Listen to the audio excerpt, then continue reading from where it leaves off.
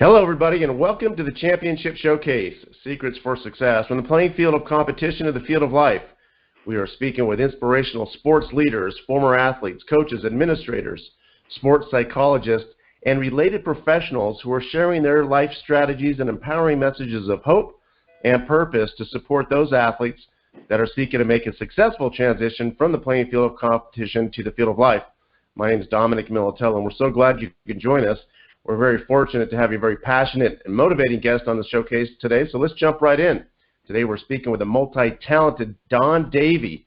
Don was the first and is still the only student in NCAA history to be named to GTE's prestigious first-team academic All-American team in 4 consecutive years. After earning his master's degree in mechanical engineering from Wisconsin, his unique combination of intelligence, talent, and unrivaled work ethic propelled him through 9 successful seasons in the National Football League with the Green Bay Packers and the Jacksonville Jaguars. Since retiring from the NFL, Don has immersed himself in several entrepreneurial, charitable, and athletic endeavors. Don is the owner of Disciplined Equity Management, an institutional money management firm with over $150 million in assets under management from professional athletes, business owners, executives, and other high net worth investors. He is the owner of DKSS Subs and Badger Restaurant Group, which owns the rights to over 50 Firehouse Subs locations in Florida and Wisconsin. He is the owner of Parrot Head Property Investments, a real estate investment company with commercial and residential holdings in Florida and Wisconsin. Don sits on the advisory board for the NFL's Player Engagement Program out of the NFL League office in New York City. He donates considerable time and resources to several nonprofits, including the University of Wisconsin, the Tom Coughlin J Fund, and the Rubric Run. Don now fuels his competitive drive by competing in Ironman triathlons. He has successfully completed the Ironman Wisconsin, UK, Austria, Florida, Germany, and in October 2014, Don became only the second former NFL player to complete the Ironman World Championship course in Kona, Hawaii. He is married to his high school sweetheart, and they have 5 beautiful daughters. We're very fortunate to have Don Davey with us. Don, welcome to the Championship Showcase. Hey, Dominic, thanks so much for having me. I'm excited to talk to you today. Well, we know you're busy, and we really appreciate you spending the time with us today. For those people that may not be as familiar with you as we are, Don, can you tell us a bit about your upbringing and your background? Yeah, I have a pretty humble upbringing. Actually, I grew up in a small town in Wisconsin, a little town about 30,000 people called Manitowoc, right on Lake Michigan, about 30 miles south of Green Bay. Grew up in Wisconsin, middle-class type of upbringing, public schools, small town. And I was the youngest of 4 brothers. I have 3 older brothers, 4 boys, and I have a younger sister in my family. And I guess growing up, what I remember most is if you have big brothers, you can relate to this. Getting beat up a lot by my big brothers, and we would. But they were all athletic, and they all played sports and all kinds of sports: football, basketball, baseball, ran track, swimming. And so, from my earliest memories, I remember playing sports, and sports was always a big part of my life. But not just with me, but with all of my brothers and my sister. My dad, who worked in sales for 35 years for 3M and worked very hard and traveled, was on the road a lot. But he made it clear to all of us, all of his sons and his daughter, that, hey, listen, sports is great, and if you want to be involved with sports, I think that's a great thing. But unless you take care of your schoolwork, you can't play sports. And so that was kind of a motivator for us that, hey, I love sports, I love football, I love playing basketball and playing baseball and everything else. And so I knew if I wanted to keep doing those things, I had to keep my primary focus on my academics and make sure I took care of things in the classroom as well. So it's a great lesson for all of us. Yeah, absolutely. I get the idea of being a student athlete really got hold of you from an early age, it sounds like. It really did, and quite honestly, I loved school just as much as I loved sports. I mean, I was a very good student, and I worked very hard at it, and I was, I guess, also would feel I'm just very competitive, and you could probably tell from my bio. I was competitive in sports, but I was also just as competitive in the classroom, and I wanted to have the highest test grade every test I got, and I wanted to have the highest GPA in the class, and I wanted to be valedictorian, and when I got to college, I wanted to do great things in college as well. So that competitiveness, which is, I think, common amongst athletes, you can definitely apply that to work. You can apply it to academics. You can apply it to sports, anything that you do. Right. Well, and share with us a little bit about that moment when you felt that you had some athletic ability to get to the next level, maybe around high school or even in college, where you felt, I have a real legitimate shot of getting to the highest levels athletically. Yeah, as junior high and high school student, I was a good athlete, and was always a starter on all of our teams. We had a great group of guys that came through just by dumb luck. We had a great group of athletes in my class. We ended up winning 3 state championships at my high school in Wisconsin, and that's when I started getting some notice and notoriety. But it really wasn't until my senior year when it dawned on me. I never planned to continue athletics in college. My plan was I was a total nerd. I was a science guy. I was a numbers geek. I loved physics. I wanted to be an engineer. And, all through my junior year and my senior year, I started researching the best engineering schools in the country, and that's what I wanted to do. My senior year, I started getting some publicity and notoriety, and all of a sudden a lot of the Big Ten and Midwest schools started calling me and recruiting me to play football. And I said, boy, what a great opportunity. Not only might I get the chance to continue my athletic career, but these are some of the Michigan and Wisconsin and Northwestern. These are some of the best engineering programs in the country. I can get go to one of the best engineering schools in the country and also get to play football. When Wisconsin offered me, it was a slam dunk. It was only 3 hours from home. It was my home state, and so I jumped at it, and it worked out well. Well, it sounds like it probably made your parents pretty proud of you to be able to continue your education and putting that first, it sounds like, but also getting the chance to play at the most elite levels in college football. Your parents were probably very proud of you.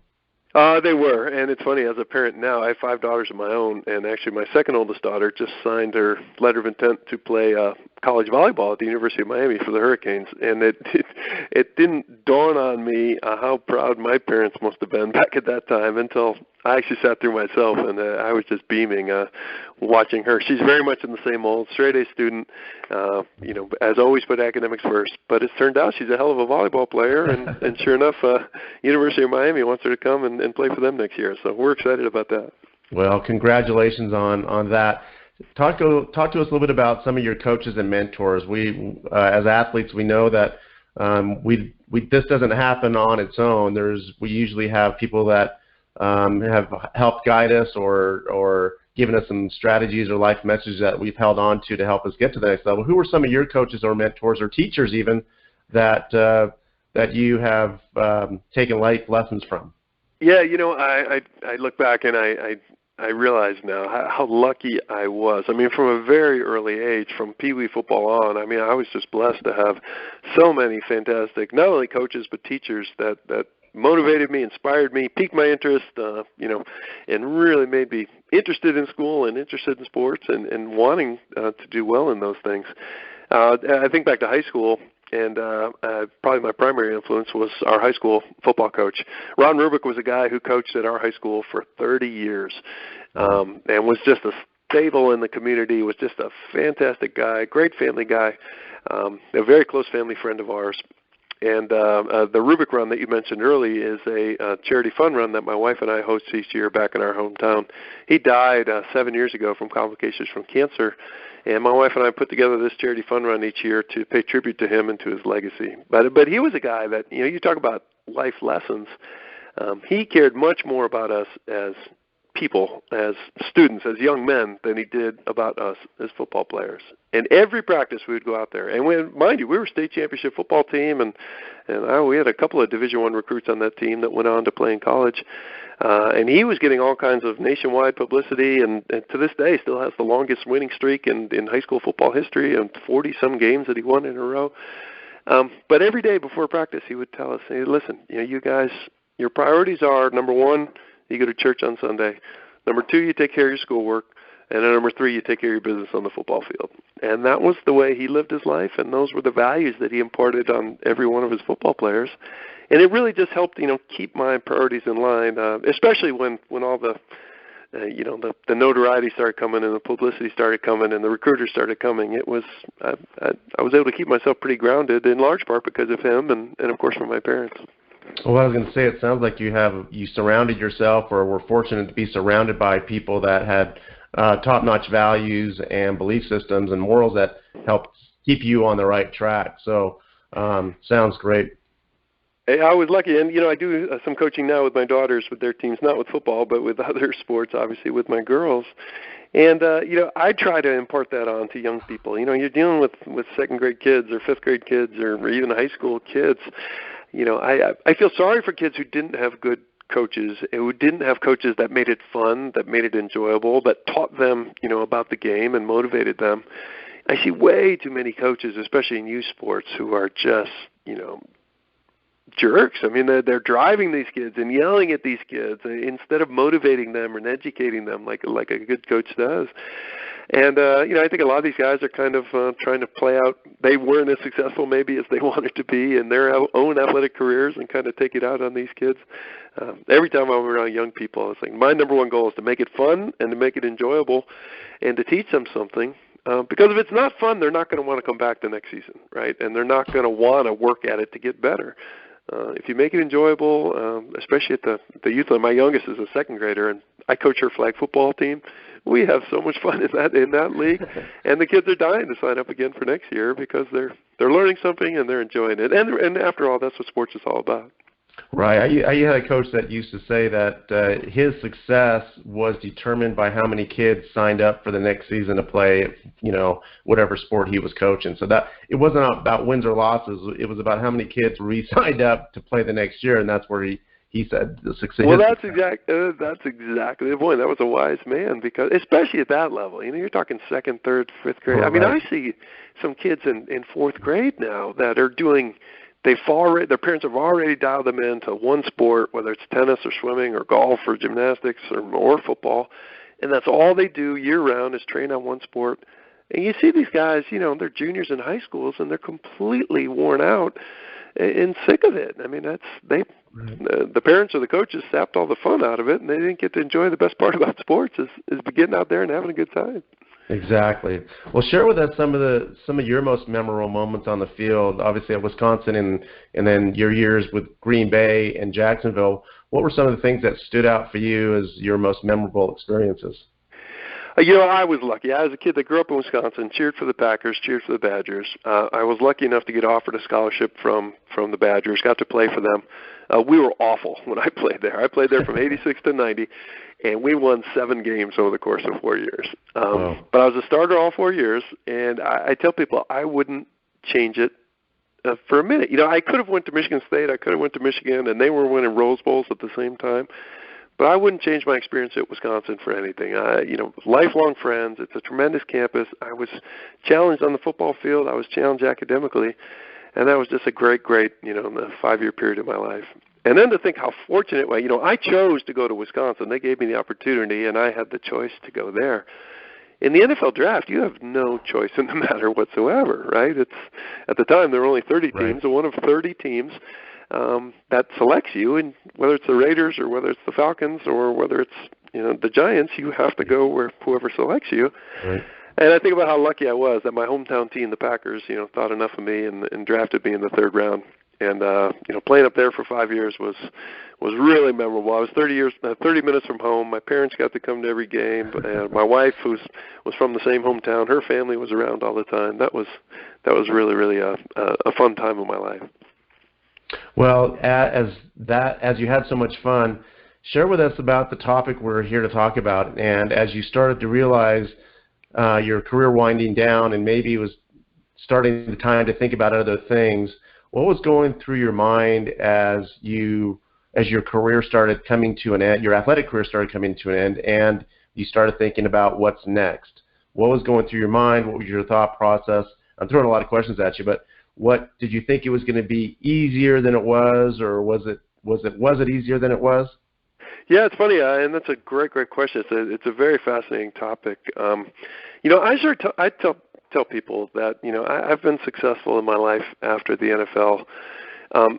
Because I started preparing for my life after the NFL on draft day. I mean, quite honestly, I wasn't a superstar in college. I was a pretty good player. I was a third-round draft pick.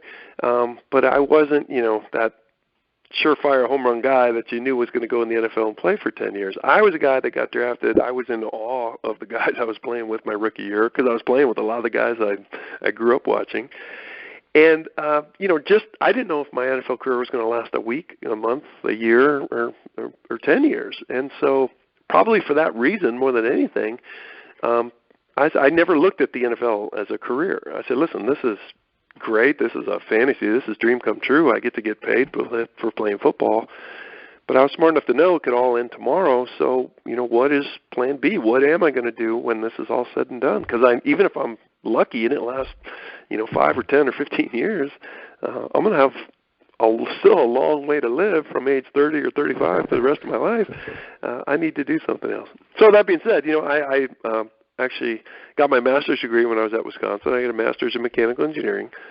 And I always tell people, the best tool or the best investment you can ever make is investing in your education. Because I knew those 2 degrees that I had from Wisconsin, if I didn't make it my rookie year, I could go get a really good job as a mechanical engineer, somewhere in the country. So that was my first line of defense. And then, as my NFL career started going on, I played 5 years in Green Bay and then signed with the Jaguars and played for 4 years. And I started, realizing I was having a pretty substantial career. Even then, I was always on the lookout for opportunities. Now I don't necessarily have to go be an engineer if I want. I've got a lot of opportunities. I was smart with every penny I made in my NFL and learned how to manage it wisely. I just kind of kept my eye open for opportunities for other things that I would like doing. Not necessarily what can I make the most money at, but what would I like to do when I'm done with the NFL. Because I knew if I was smart with my NFL earnings that, I wouldn't need to make the most amount of money. I could be lucky enough to do something I really loved. Fortunately for me, as I said, I'm a total numbers geek, and I jumped into finance for selfish reasons during my NFL career. I wanted to learn how to maximize the returns on my own investments and do so in the most disciplined and diversified and tax-efficient and lowest-cost way. And so for 10 years in the NFL, I started applying my engineering background to finance. And towards the end of my NFL career, there were a lot of guys in the locker room that started coming to me for advice. And they started saying, hey, listen, Don, you've obviously done very well with your own situation. And again, I was never a superstar. I wasn't making the type of money that most of the guys in the locker room were. But I had accumulated a hell of a lot more than almost all of them. And so guys started asking me for help and advice. Hey, would you take a look at my stuff? What could I be doing better here? And that's what led to my firm, Discipline Equity Management. That evolved into a company where I set up an independent investment advisory firm to help those guys do with their finances what I had done with my own personal situation. Wow, it sounds like your personal situation is very unique because we don't hear of guys doing what you did for whether it was planned or just kind of your interest or whatever it was. Very unique situation. Looking back now, would you would you go back and change anything, do anything different, or would you keep it exactly the way it turned out for you? Yeah, I guess things worked out very well for me, and I'm glad I took charge of my own financial situation. I never intended to get into the investment world or the investment advisory world. It was just kind of nobody's going to care about your own situation more than yourself, so let me invest in education and knowledge. Let me learn about this stuff so that I can better take care of my own family. And then sure enough, that led to an opportunity down the road to launch my career. So I wouldn't say I do anything different. I guess the only thing I would do different as I reflect on my almost decade in the NFL, I was always, as I said, very uptight and nervous that, hey, this might be my last year and I could get cut or I could get hurt tomorrow. In hindsight, the NFL is such a wonderful experience. I wish I would have taken a little more time just to kind of enjoy the ride, right?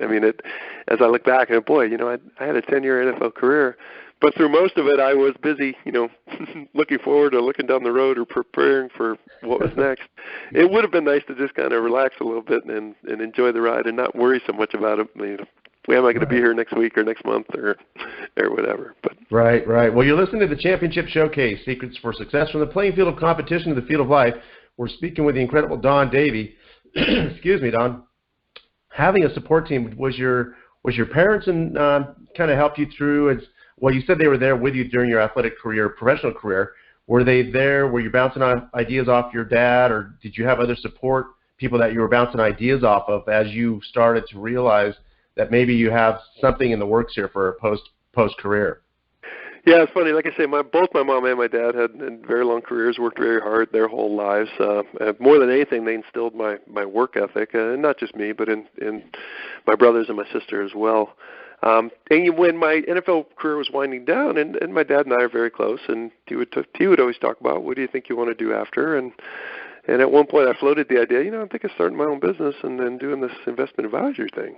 And boy, think about my dad, 35 years with 3M Company, a corporate guy, the 401k, the security of a paycheck, expense account. I mean, that was his life and what he lived.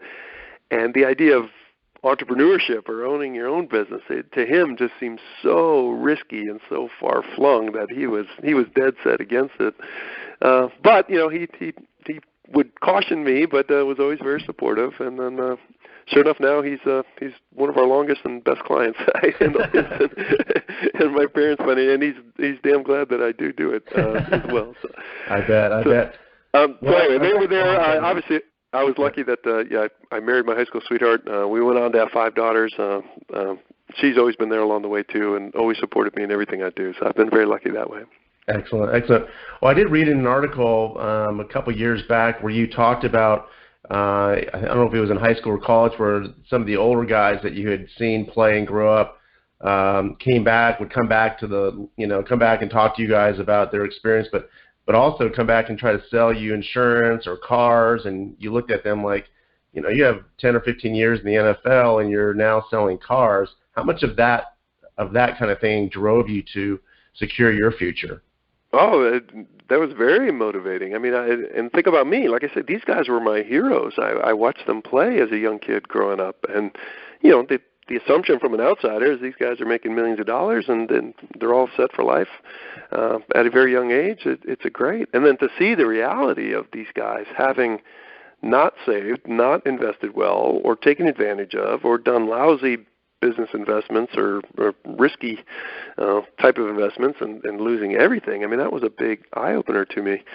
And it planted the seed in my head that, hey, you know what? There's a real opportunity here for someone that would step in and show these guys the right way to do things. That might be a real opportunity for me. Sadly, as much good as we've done for our clients, we deal with a very small population of clients.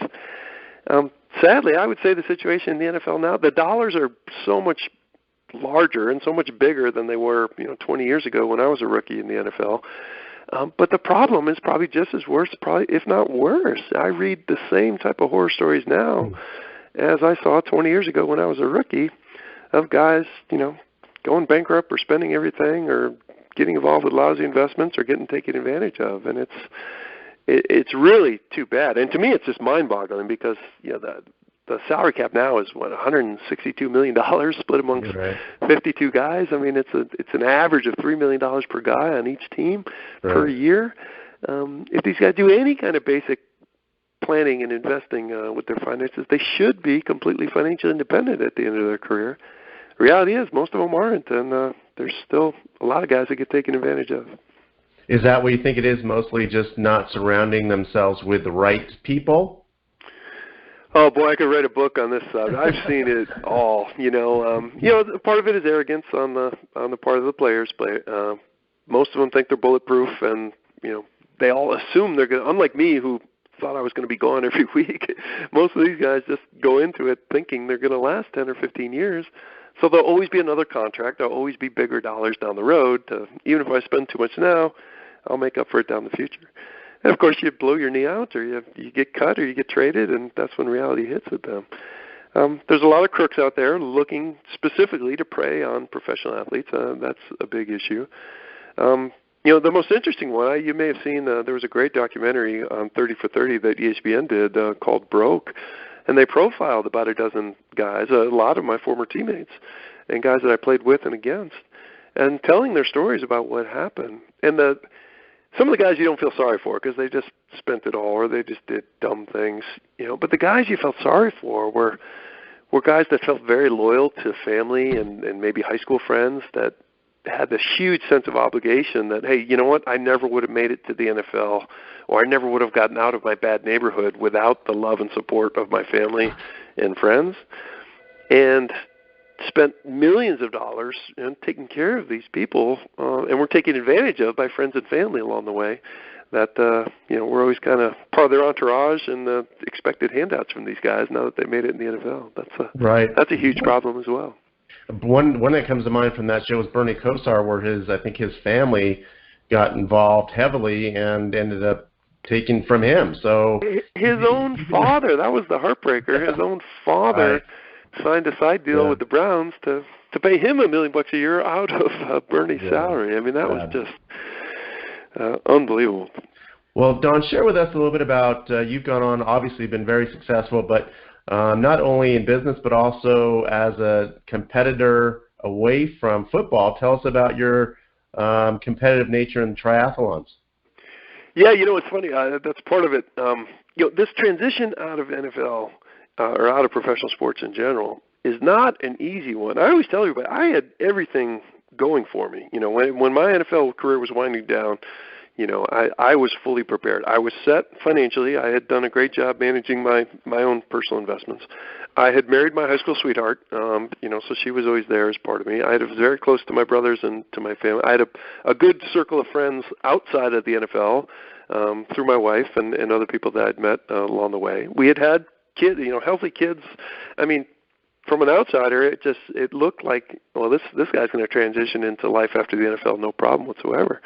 And I didn't have, a lot of the problems that some guys face financially and going through divorces and all that kind of stuff. But even so, I really struggled with my transition for about 2 years. And what I finally realized was that, my wife would say to me, boy, you're just not the same guy. You're not the same person. And what I finally realized, what I missed more than anything was just that sense of competition, right? I mean, I wanted to be an athlete, and I wanted to be on the field of battle, and I wanted to be able to see how good I could be at something.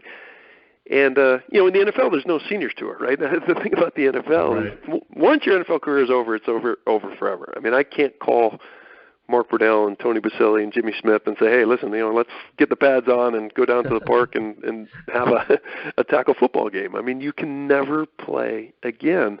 Yeah. But that's what led me to this Ironman thing. Just kind of on a whim, a buddy kind of challenged me to do a little sprint triathlon here locally. And, it was like a 400-meter swim and like a 10-mile bike and a 3-mile run.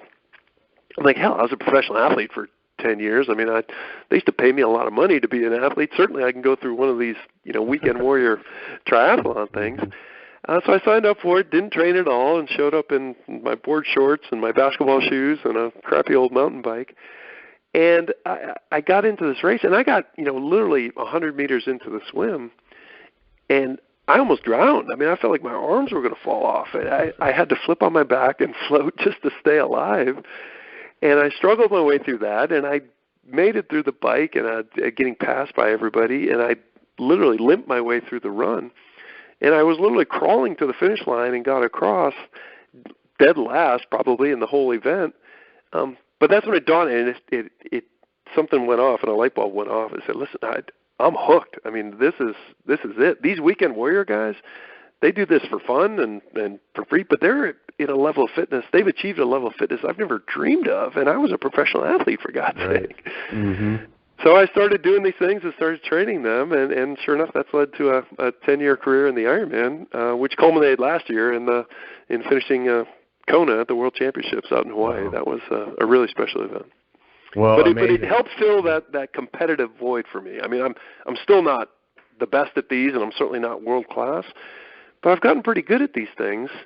And I tell people I'm probably even more proud of my Ironman career because I was a big guy and I was strong and I was explosive and I was kind of built to play football. Yeah. I'm at 6'5", 285 pounds. I was not built to do Ironmans. But despite that, I've reconfigured my body and gotten pretty good at these things despite the physical limitations I have. And did your wife notice a difference after you started competing and started diving into the triathlons? Absolutely. I had a passion for something else, and obviously I was passionate about her and the kids and my business and my family and those things, but I had something to pour my energies into, and I was excited about it, and I had a season and I had an off season. I had a training schedule. I mean, it's very similar, quite honestly. My schedule now is very similar to what it was in the NFL. You got the off season where you can take things off a little bit. You've got training camp where you're getting ready for the season. You've got a 6-month grueling season. You've got the playoffs. As I set up my training schedule for the calendar year, it's always working backwards from some sort of race down the future and mapping out your training schedule accordingly, culminating with hopefully a great performance and something that you can be proud of for the whole year. So just taking what you grew up with as far as a schedule and whatnot, and relating that and translating that or transferring that into what's going on in your world today. Very, very smart strategy. And I wanted to say, as you were talking about transitioning and you being, from all the guests we've talked to, sounds like you were one of the most prepared for what came, and you still struggled. And I always equate it to having a baby, right? So when my wife and when our first baby, we had the baby room was all ready. We had the crib, we had the clothes, we had mother-in-laws, and we had people lined up to help with the baby. But when that baby actually got to the house, it was a totally different experience. Nobody told me about the screaming at 2 o'clock in the morning and the diaper changes and they maybe have told me about that, but I had never experienced it until then. So even when you think you're totally ready, you're still not ready.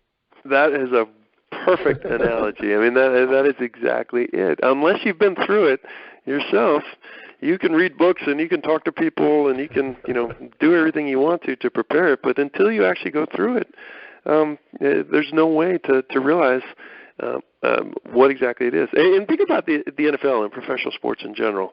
You think how all-encompassing football was for me. For 10 years of my life, it was my occupation, number one, right? It was my source of income. It was the way that I stayed in shape. I had to stay in shape as part of my job requirement to be good at my job. It was my circle of friends. All the guys I hung out with were all the other guys on the team. It was my wife's circle of friends. She naturally gravitated towards the other players' wives. It was the reason we picked up and moved and lived in Jacksonville in the first place. And when you take it away, all those things, I talk to guys, I'm just completely helpless. I could pick up and move anywhere. There's no reason for me to live in one city or another. I don't have a job right now. I'm not making any money. I lost all my friends. I lost the locker room because, they're busy with their NFL careers, and now I'm an outsider.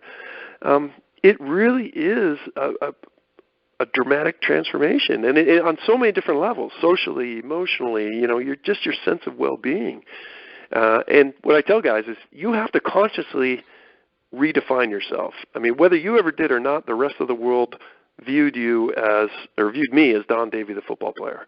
Right. Now, I always prided myself on, hey, listen, I'm a lot more than a football player. I'm a good brother, and I'm pretty good at school, and I'm an entrepreneur, and I'm a husband, and I'm a father. But when the football piece is gone, you need to consciously redefine yourself in all those different ways. What am I as an employee, or as an entrepreneur, or as a husband, or as a father, or as a brother, or as a philanthropist, as an athlete? You got to redefine yourself. And with me, people say, man, your life is so hectic. You got so much going on. To me, it takes all those things for me to feel as fulfilled as I did in the NFL. The Ironmans and my businesses, I've got 3 different businesses, and having 5 kids, and the charity work I do, all those things have helped me fill that void that I felt from losing football. Wow, great stuff, great stuff. Why do you think that this topic of athletes struggling in transition does not get more publicity? You mentioned the ESPN broke story, but even with that, it seems like when people saw that initially, they're like, oh my gosh, I had no idea. And then all of a sudden it kind of just disappears and nobody's talking about it. And then you hear things like Junior Seau and Tyler Sash and the stories kind of keep coming as far as athletes and, spousal abuse and all these things that are taking place. Why doesn't it get more attention in the general public? Well, I think you're absolutely right. I think it's just over the last few years, it's starting to come more into focus. You mentioned I serve on the advisory committee for the NFL Player Engagement Program, and that was a program established by the NFL who, looked at retired NFL guys in general as a population and said, listen, there's a lot of problems here. These guys, a lot of them didn't finish their degree. They don't have jobs. They're blowing their money. They're filing for bankruptcy. They're getting divorced. And they put this program in place, and quite honestly, and with no disrespect to the NFL, they put a program in place a few years ago that was really just kind of a feel-good program. There wasn't a lot of meat behind it. The seismic shift, what changed that program in the NFL size, was when Junior Seau committed suicide. Was that 3 years ago now? When he committed suicide, he was our poster child, right? I mean, he was a fabulous guy, just a great person, a successful guy off the field, a good family guy. Played 20 years in the NFL. There's never been a better linebacker in the NFL than him. But when he committed suicide, that was a real eye-opener for Roger Goodell amongst his circle of advisors that saying, hey, listen, if even he can commit suicide, clearly we're not doing enough to help these guys. And that's when he really started throwing some meat behind this NFL Player Engagement Program. And now we do boot camps across the country. We do, we call them transition boot camps, 3-day events in Atlanta or Dallas or California, New York, inviting former players to these things. And each of them focuses on different areas. It might be, mental health, or it might be finding a job or starting a career, or it might be entrepreneurship, or it might be the resources available to you to go back and finish your degree. All these multifaceted, social and economic and psychological issues that these guys deal with, the NFL now has put programs in place to help address those. The frustrating thing from my standpoint is getting the guys to take advantage of it. There's a world of resources available to them, but amongst the NFL retired community, there's a certain amount of reluctance to reach out for help or to even admit that they need help. And that's the frustrating thing on our end. Well, and maybe that's the next phase, because I think I just saw something over social media where actually I think the NFL, Major League Baseball, the NHL, the executives kind of came together to address the issue. So you're right. I think there is more being done now, and maybe the focus needs to be on getting to these athletes earlier in their career, maybe in high school, even in college.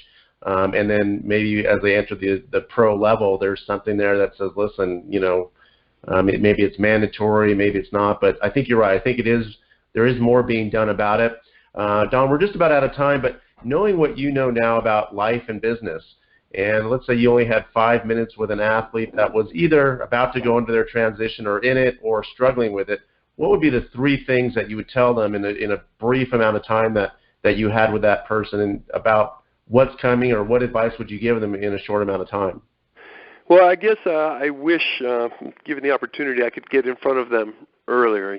On draft day, I wish on draft day I could stand in front of every NFL player, get in front of them for 5 minutes, and say, hey, listen, whether you're a lousy NFL player or a great NFL player, at best this is going to last 15 years for you, right? You're going to be 37 years old, and you're going to have another 60 years of your life ahead of you. No matter how good you are, your NFL career is going to be a very small percentage of your overall life. So start preparing now for the rest of your life, and that's with your education, with your finances, looking for opportunities and those type things. The next thing I tell them probably is to stay humble, and stay grounded with people you grew up with and people that knew you before you got in the NFL. Just because you made it to the NFL, it doesn't make you any better than anyone else out there as far as the quality of a person. Try to remain the same humble and good person, even no matter how much success you have inside the NFL. And then when it comes time to transition, towards the end of your career, when you're looking forward, the last thing I'd say was keep your eyes open for opportunities, or take advantage of the opportunities.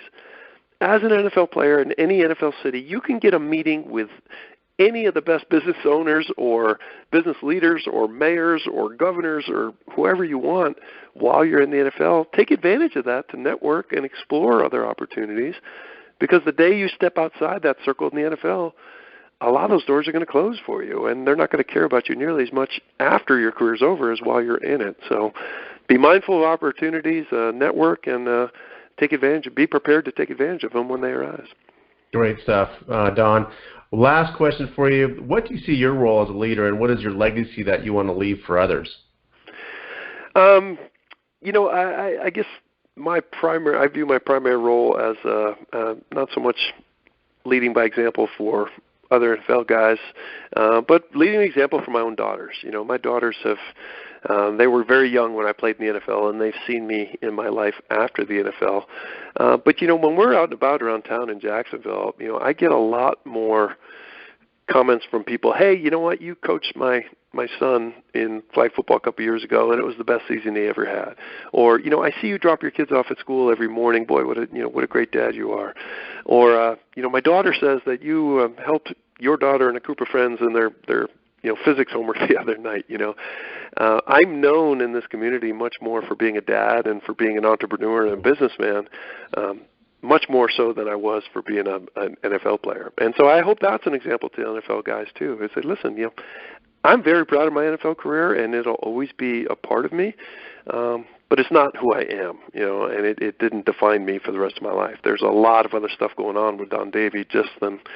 When I meet new people, I never lead with that. I rattle off all these other things I've done, and then it's kind of, oh yeah, by the way, I played in the NFL for 10 years too, and I'm very proud of that.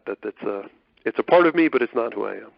Well, we had one guest that said, if your best days are behind you, that's pretty sad. Your best days should be ahead of you. So, everyone, we certainly hope you've enjoyed our conversation with the incredible Don Davey. I know I have. I've been taking notes and really appreciate Don. You've been listening to the Championship Showcase, Secrets for Success from the playing field of competition to the field of life. Don, any last comments before we officially sign off here? I guess that's thanks to you for giving me the opportunity and the platform to kind of tell my story and get this out. And thanks for all the work that you do. Really, hopefully, the more stories that we get out in front of current and former athletes, the better we can help them transition. I really think you're doing a lot of good for these guys, and I appreciate you giving me the platform. Well, you're a great example for anybody coming up after us or after you, and we want to thank you again for joining us. We want to encourage those of you who feel you might need some assistance through your career transition. Please reach out, get the necessary help you need. You have purpose and you have value. For Don Davey, this is Dominic Militello. For now, we want to wish you all the best. Always take care, and we'll talk to you soon.